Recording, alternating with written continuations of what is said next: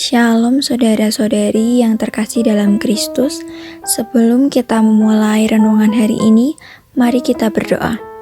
Selamat pagi Tuhan, terima kasih buat kasih dan setiamu karena di hari ini kami masih boleh untuk memulai aktivitas kami ya Bapa.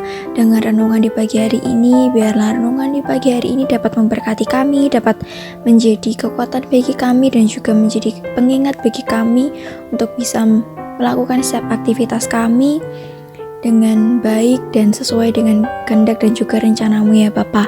Kami mau serahkan seluruh aktivitas kami ke dalam tangan kuasa dan kasih-Mu. Ampuni setiap dosa dan kesalahan kami. Haleluya, amin. Bacaan renungan hari ini terambil dari Ester 2 ayat 1-18. Rencana Tuhan pasti digenapi. Dan gadis yang terbaik pada pemandangan raja, baiklah dia menjadi ratu ganti Wasti. Hal itu dipandang baik oleh raja dan dilakukanlah demikian. Ester 2 ayat 4.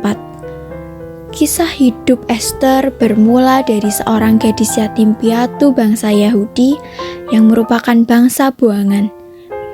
Ketika para penasihat kerajaan menyarankan Raja Ahasiweros untuk mencari pengganti Ratu Wasti yang tidak taat, Mordekai yang merupakan paman dari Ester mendaftarkannya untuk mengikuti seleksi tersebut.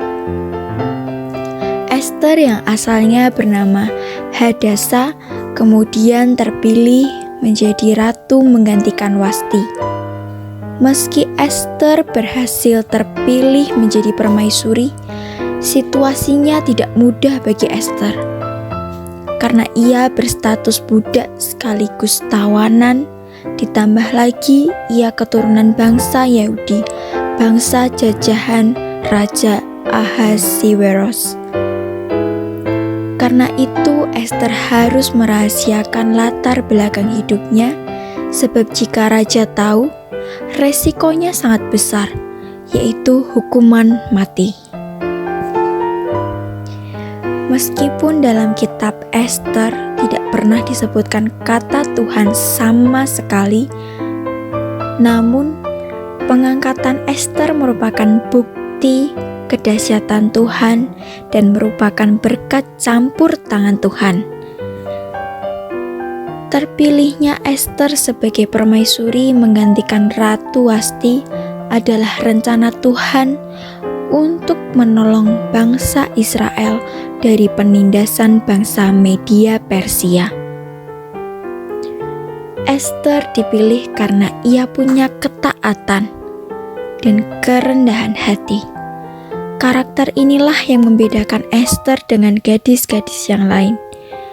Sekalipun setiap gadis yang mendapat giliran masuk menghadap raja mempunyai hak meminta apa saja untuk dibawa masuk ke istana, tapi Ester tidak menggunakan senjata aji mumpung. Ia tidak menghendaki sesuatu apapun selain daripada yang dianjurkan oleh Hegai sida-sida raja. Ketaatan Ester ini akhirnya membuahkan hasil yang luar biasa.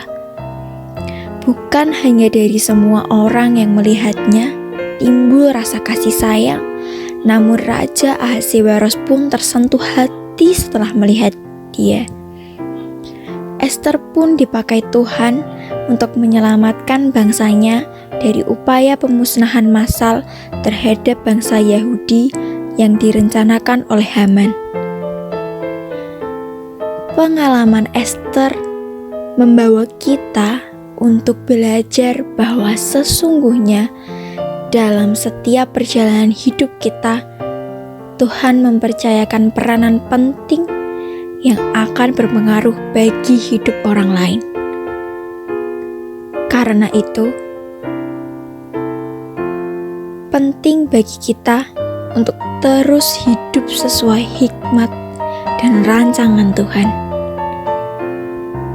Tidak perlu takut, berontak, marah, dan lari. Ketika kita sedang dibentuk dan dipersiapkan Tuhan menuju kepada rencananya yang indah. Proses hidup yang kita lalui terkadang memang sakit, tapi semuanya mendatangkan kebaikan bagi kita, bahkan bagi orang lain di sekitar kita. Bagi Tuhan tidak ada perkara yang mustahil, tidak ada rencananya yang tak tergenapi. Untuk pokok doa kita pada hari ini, kita akan berdoa khususnya untuk pelayanan di PPW Ampel, untuk kebutuhan gembala dan perkembangan jemaat di Ampel. Sekian renungan hari ini. Tuhan Yesus memberkati.